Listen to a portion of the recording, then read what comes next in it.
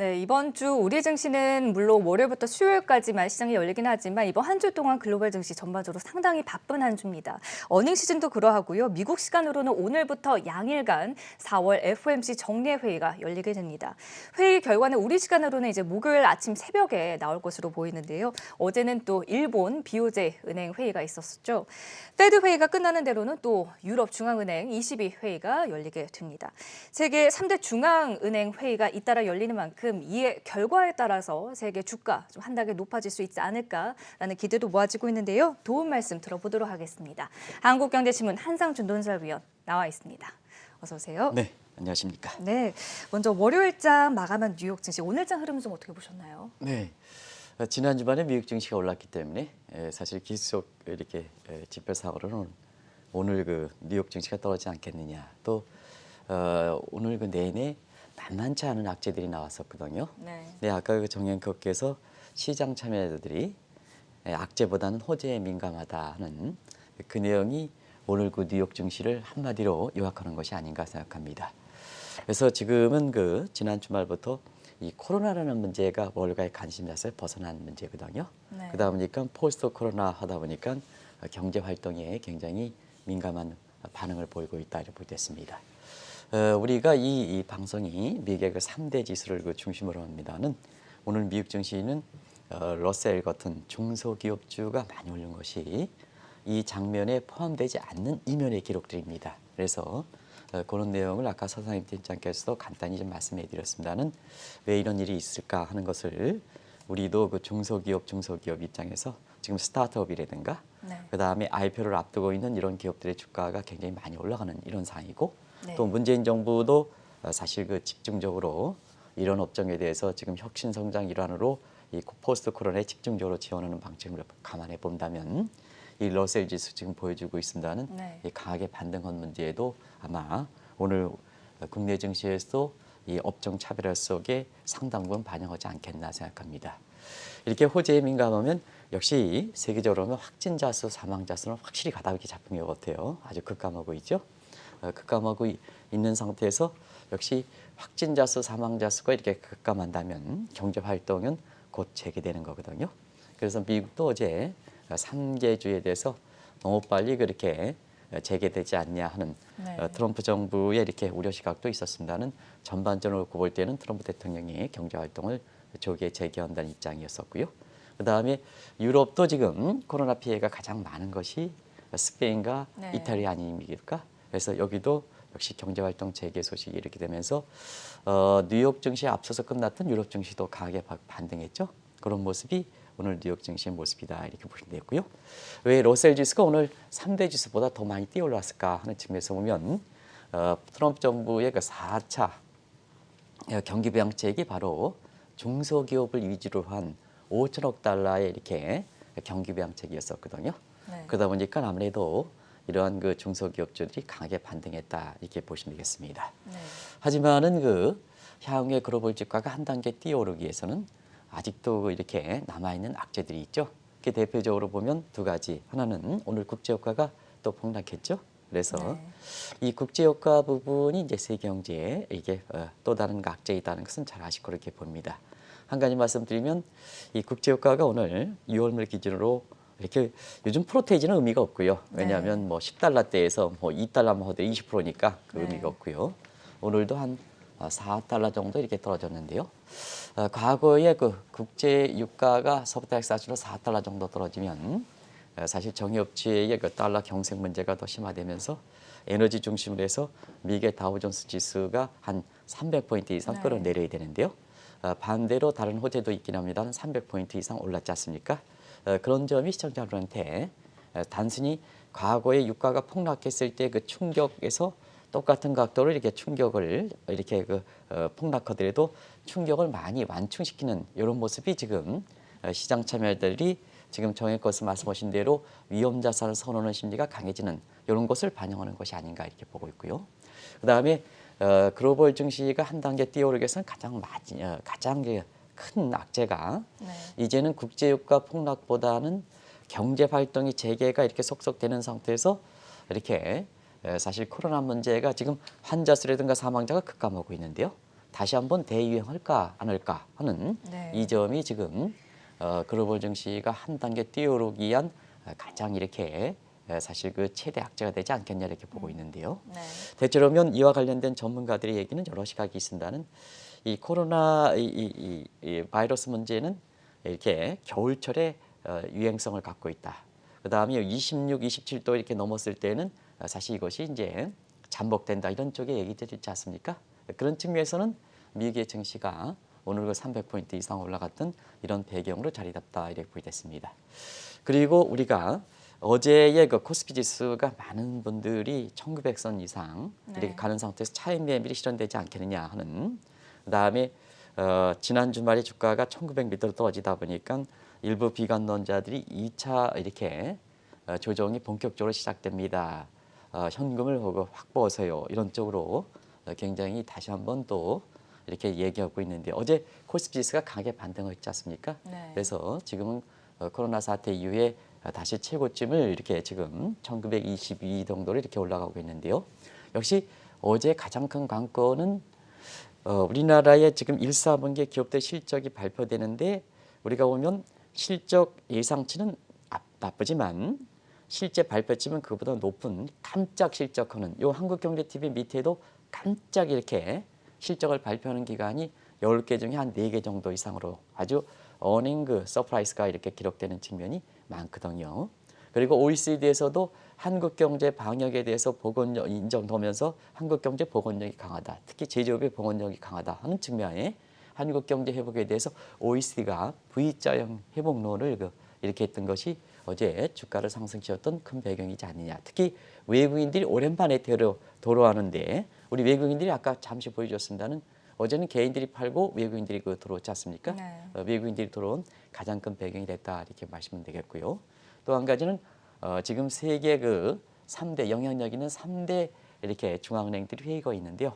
어제는 나중에 좀 말씀드리겠습니다만 일본 중앙은행 회의에서 무제한 국채 매입 네. 이런 계획이 알려지면서 한국의 코스피 지수를 끌어올렸다. 그래서 경제활동 재개와 사실 3대 시중은행들의 3대 중앙은행들의 회의가 이번 주에 집중적으로 되는데요. 여기서 어떤 얘기가 나올 것인가 하는 측면이 단기적으로 보면 지수에 가장 큰 영향을 미치지 않겠냐 이렇게 보고 있습니다.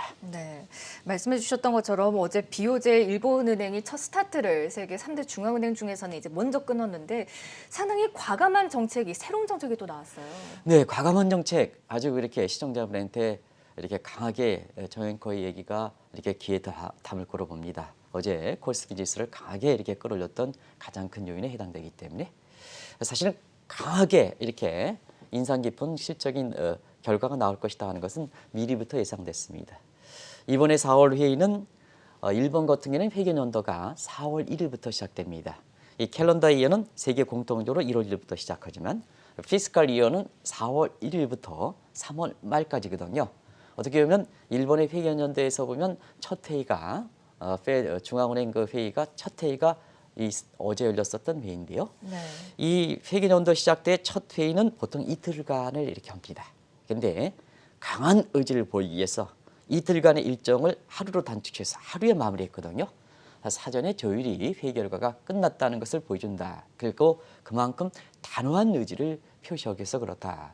그러면 왜 이런 단호한 얘기를 할까 하는 측면에서는 일단 일본 경제는 난기류에 휩싸이고 있죠. 그건 뭐 시청자 여러분이 잘 아실 거로 생각해서 약하도록 하겠습니다.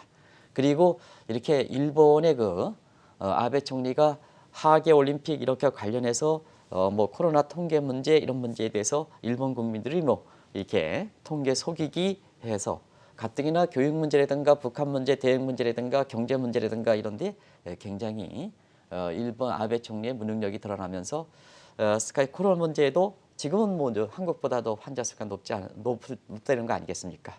더더구나 작년 7월부터 한국에 대해서 적극적으로 수출 통제를 해왔던 이런 입장에서 한국에 대해서 자 이게 마스크라든가 이런 것을 받아야 되자 하는 논란만큼 일본의 자존심을 굉장히 무너뜨렸기 때문에 아베 총리의 조기 하야설이 나오는 상태에서 경제적 측면에서는 그렇다가 쿵짝이 잘 맞니까 강하게 뒷받침한다는 측면에서 이렇게 하루에 종결됐다 이렇게 됐습니다.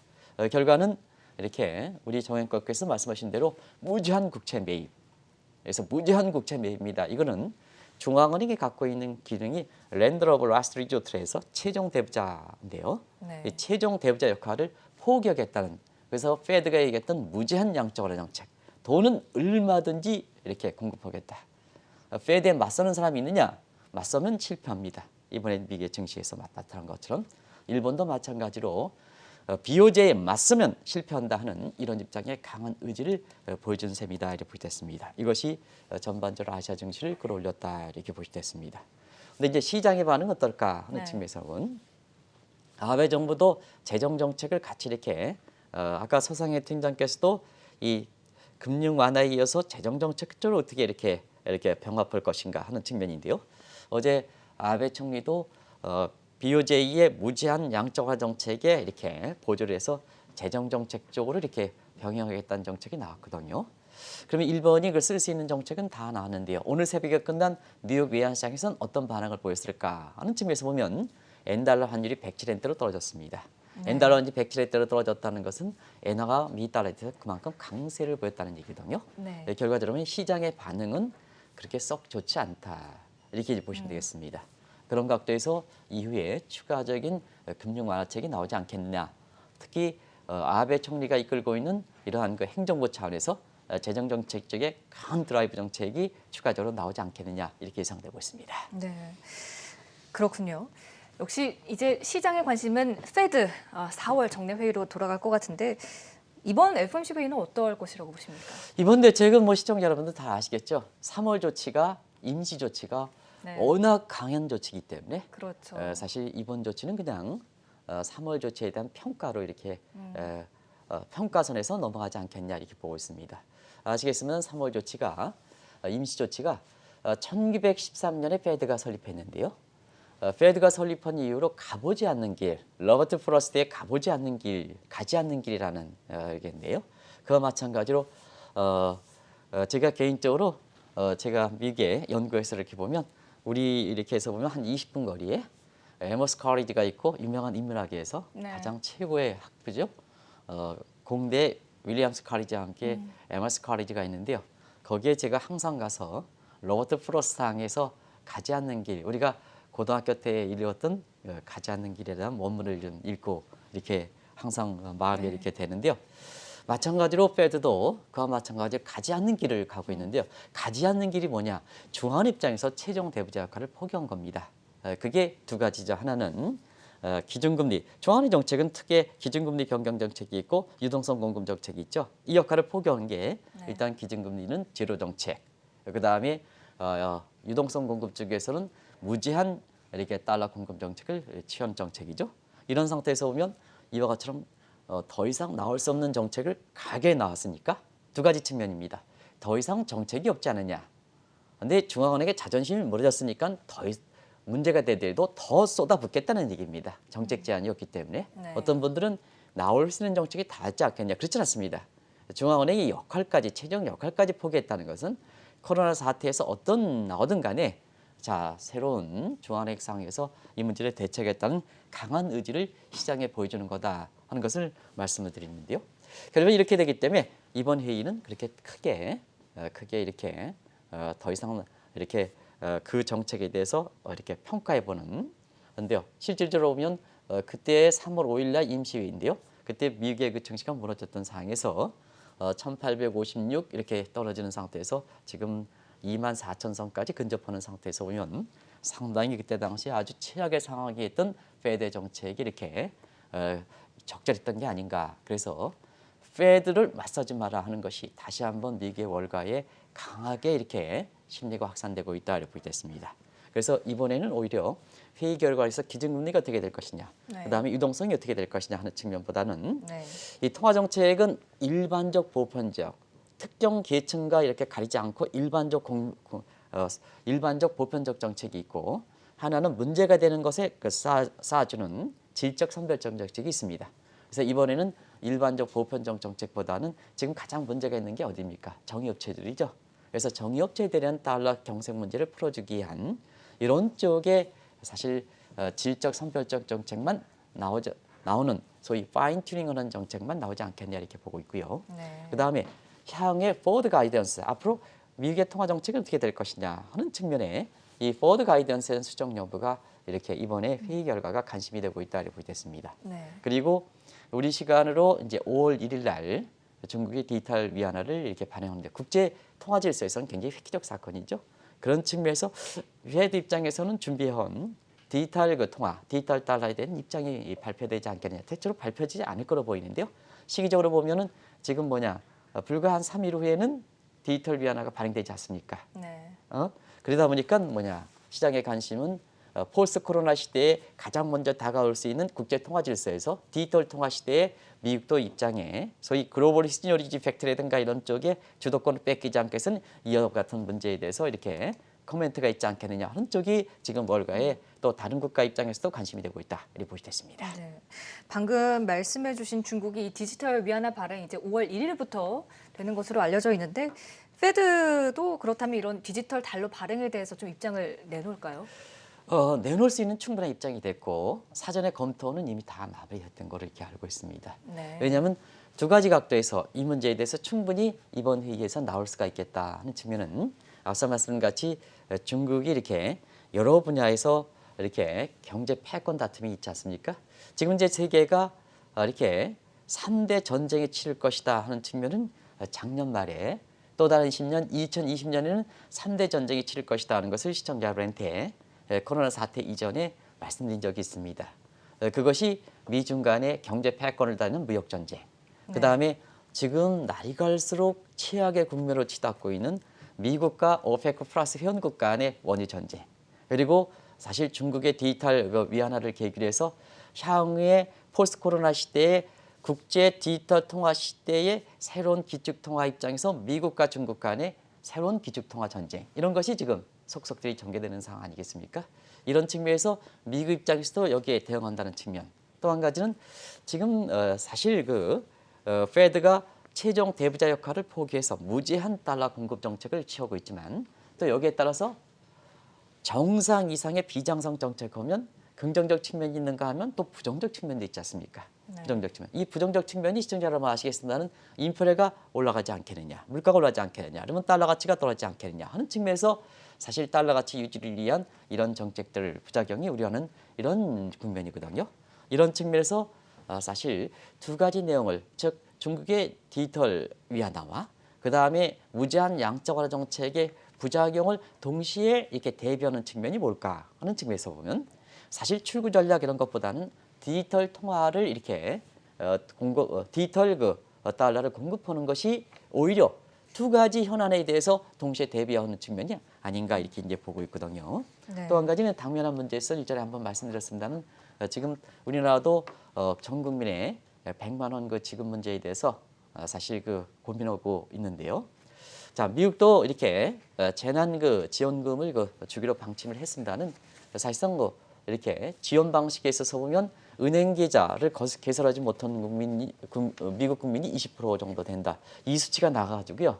이게 게시판에 있어서 보면 미국이 금융성직권으로 알고 있는데 미국 국민들이 은행 계좌가 없는 사람이 20% 5분의 1 됩니까? 이것도 숫자가 오류가 된 거 아닙니까? 그렇진 않습니다. 미국은 그만큼 주급체제고 1달러 이렇게 1달러 이에서 여유자금 1달러가 없는 이런 사람도 굉장히 많거든요.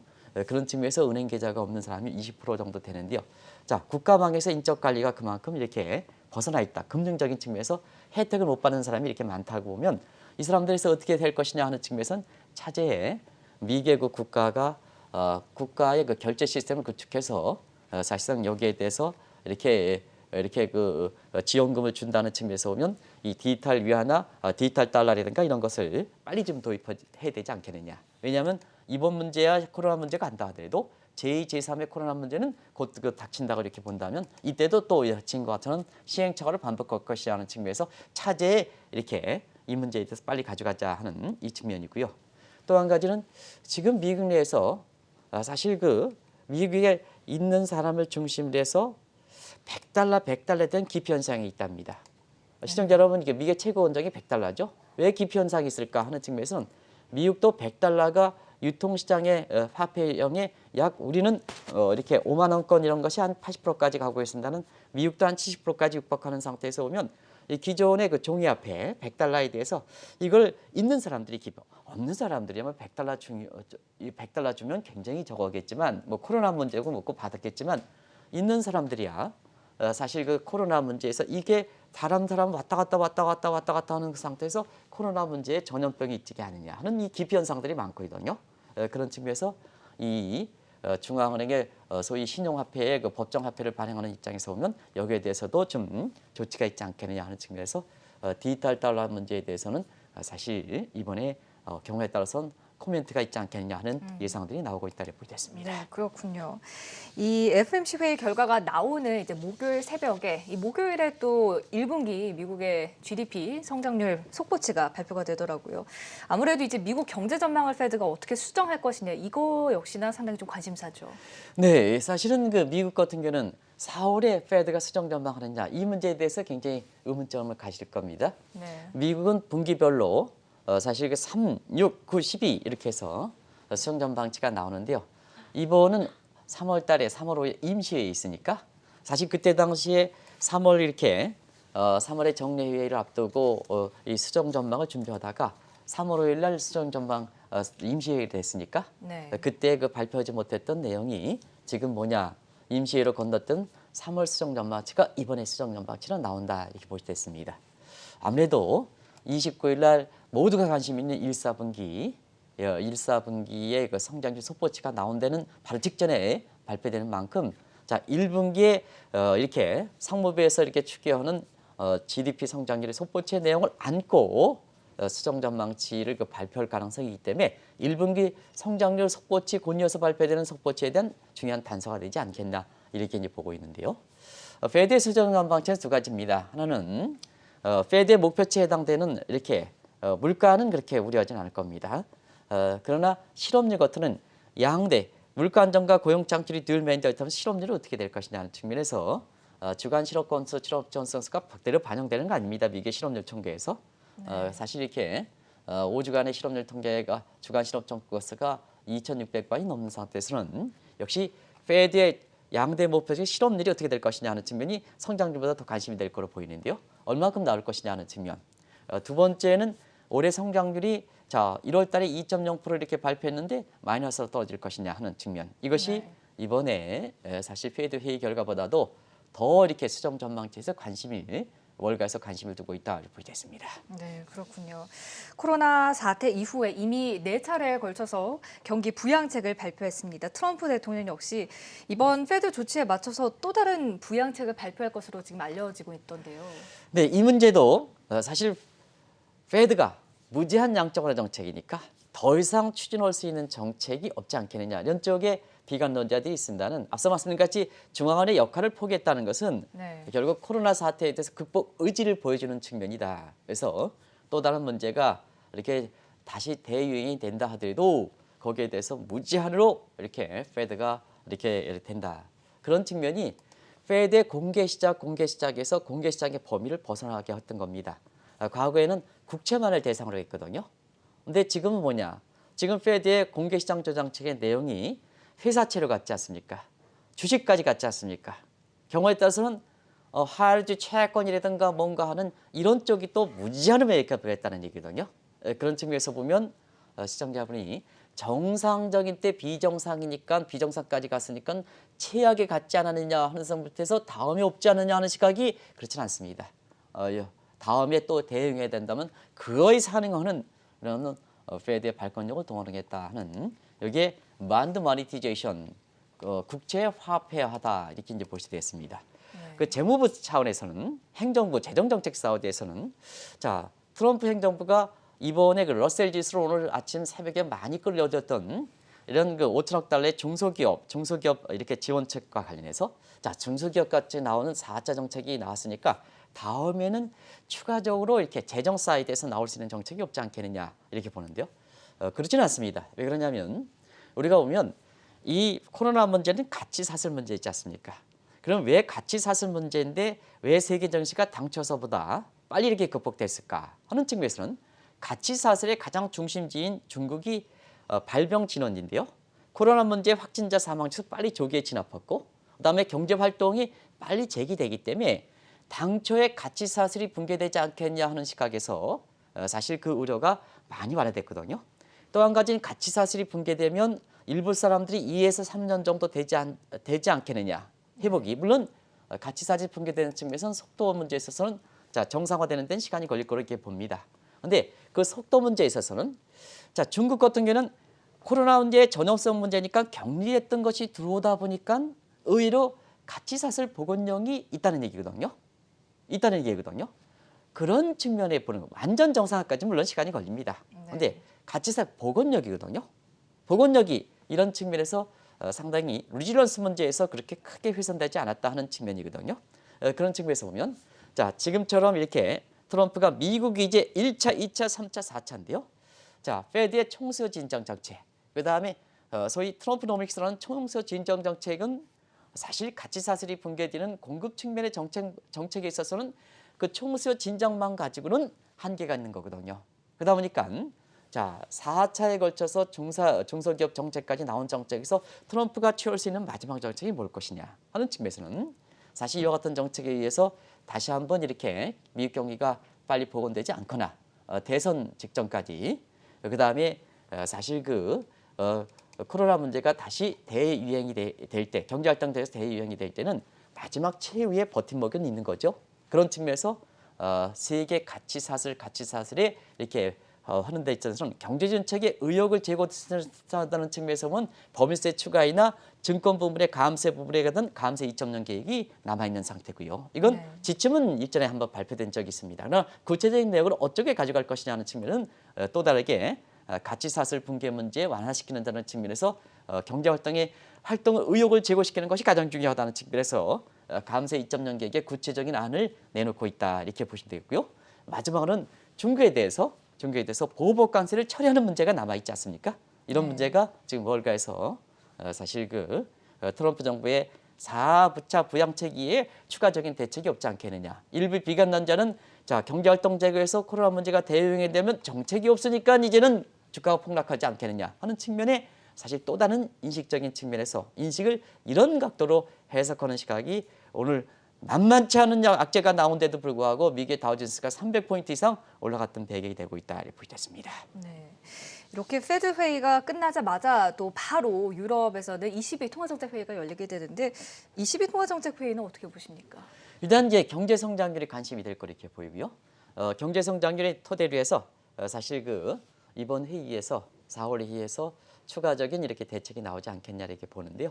네. 지금 맡고 있는 사람이 라가르드 총재거든요. 그렇죠. IMF 총재인데요. 시청자 여러분, IMF 총재 시절 지금 ECB 총재에서 보면 이분은 좀 많이 저도 1990년대 이분이 굉장히 미인이었었거든요. 지금 이제 조금 이렇게 돼서 지금 이렇게 좀 많이 이렇게 나이가 들어 보시는 이런 얼굴 사진이 되죠.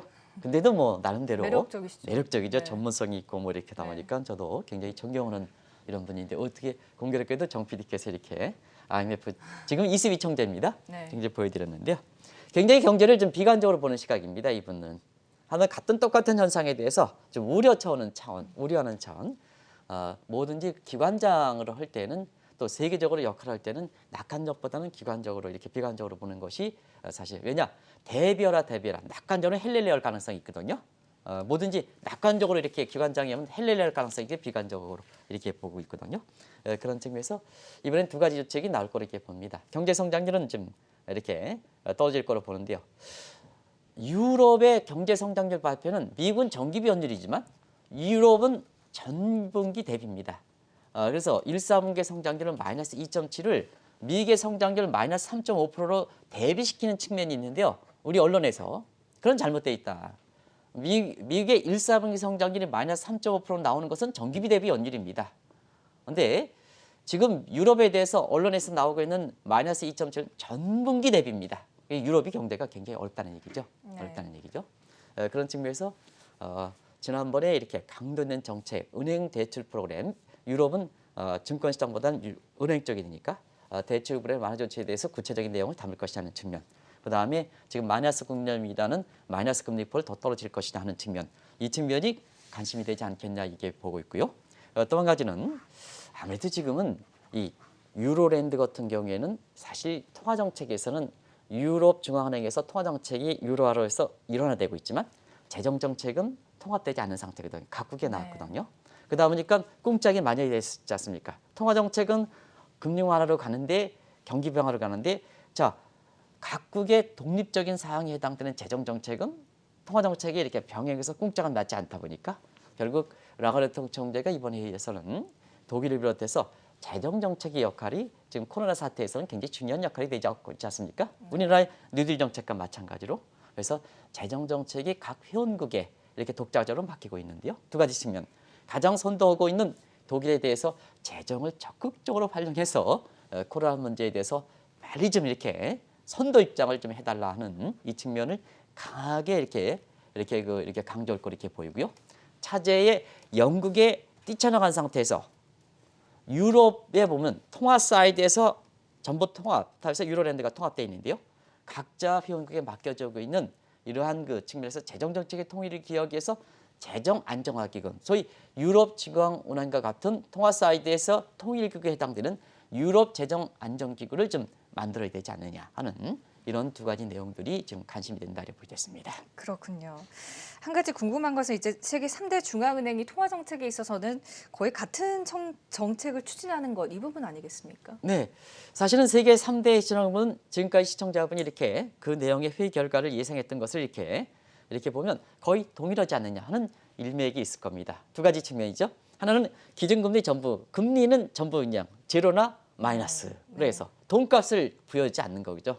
두 번째는 뭐냐? 유동성 공급층에서는 랜드 오브 라스트 리조트에서 최종 대부자 역할을 해서 무제한을 공급하겠다. 일본은행도 무제한 공급하겠다. 이 페드도 무제한 공급하겠다. 그다음에 ECB도 무제한 공급하겠다 이런 얘기죠. 그런 측면에서 거의 3대 세계적으로 영향력이 가장 높은 3대 은행이 이렇게 거의 동일한 정책을 가져가고 있는데요. 두 가지 측면이 있지 않냐. 세계가 하나이기 때문에 세계가 하나지 않습니까? 그렇기 때문에 사실 거의 세계가 하나라는 측면에서 보면 페드, 그다음 ECB, BOJ, BOK 전부 사실 유럽의 중앙은행 얘기하면 유럽 중앙은행의 집행계당 분다스방크, 이탈리아 중앙은행, 스페인 중앙은행과 마찬가지입니다. 그렇기 때문에 사실 거의 동일하게 가져가는 측면이 있고요. 네. 다른 하나는 지금의 IMF라든가 그다음에 월드뱅크 같은 세계 국제 금융 내지는 경제 감찰 기구들이 결국 역할을 못한다는 얘기입니다. 우리가 보면 포스트 코로나 이후에는 WTO가 제 기능을 못하기 때문에 사실 미국이 별도로 지금 재원에 의해서 자본에 의해서 중국으로 넘어간 WTO의 기능을 대신하기 위해서 별도의 세계 그 보건기구를 만들겠다 하는 입장과 마찬가지로 포스트 코로나 시대에서는 패권 다툼, 새로운 패권 다툼이 이루어지는 거거든요. 그게 통화 질서 측면에서는 사실 디지털 통화의 선도권을 지는 문제와 함께 이런 문제거든요. 그런 각도에서 시청자 여러분 잘 아시겠습니다는 한국도 지금 이렇게 한국은행도 이렇게 양적완화 정책, 양적을 지금 추진하고 있지 않습니까? 오늘 한국경제신문에 보면 한국은행 역할이 커졌습니다. 그렇습니다는 큰 기구 되는데요. 그게 세계적 추세다라고 보이지 않습니다. 그래서 우리가 세계 증시를 볼 때에는 특별 기구, 특별 이렇게 중앙은행의 한 국가의 중앙은행의 입장만 보지 마시고 전 세계 입장을 이렇게 같이 보시는 이런 시각이 필요하다. 이게 팬데믹에 해당되는 코로나 문제 이후의 전개 상황에 대해서 이렇게 볼 거를 봅니다. 그리고 마지막으로 이 정 PD께서 왜 이렇게 코스피 지수가 1950 돌파하는 게 의미가 있을까 하는 측면에서 보면 지금 1900에 이렇게 돌파한 상태에서 보면 1950을 돌파하면은 사실 2000은 쉽게 올라간 달입니다. 시장에 오랫동안 아마 이 방송 중에서 아마 데이 트레이딩 물량 중에서 가장 많으신 분이 장외 시장에 있는데요. 그걸 누구라고 얘기하지 않겠습니다. 한 연간 한 4조 이상 돌리는 사람이 있는데요. 그분들의 시각을 보면 코스피가 1900 올라간 것도 빠르지만 지금 이 기간에 갇혀 있는 상태에서 1950만 원, 2000은 이렇게 한다. 이렇게 입장이거든요. 그래서 오늘 제목에 이렇게 3대 중앙은행 회의 결과에 따라서 경활자선 지금 코스피 지수가 1922인데 1950 그냥 가는 게 아니냐 이런 생각이 있습니다는 사실 장외 시장에서 많이 데이 트레이딩 하시는 분들 입장에서 보면 지금의 여러 가지 여건상 우리 코스피 지수가 1950이면 2000은 그냥 간다 하는 입장에서 1950에 대해서 굉장히 의미를 많이 보이고 있습니다. 혹시 시청자분께서 제목에 1950이면 그 의미가 뭐가 있길래 이렇게 해서 마지막으로 좀 그 궁금증에 대해서 말씀드렸습니다. 네, 알겠습니다. 자, 이번 주 상당히 굵직굵직한 이벤트들 세계 3대 중앙은행들의 회의가 열리고 있습니다. 이런 만큼 이런 결과에 따라서 앞으로 세계 주가가 어떤 영향을 받게 될지 오늘은 이 사안에 대해서 함께 알아봤고요. 도움 말씀에 한국경제신문 한상춘 논설위원과 함께했습니다. 죄송합니다. 말씀 고맙습니다. 네.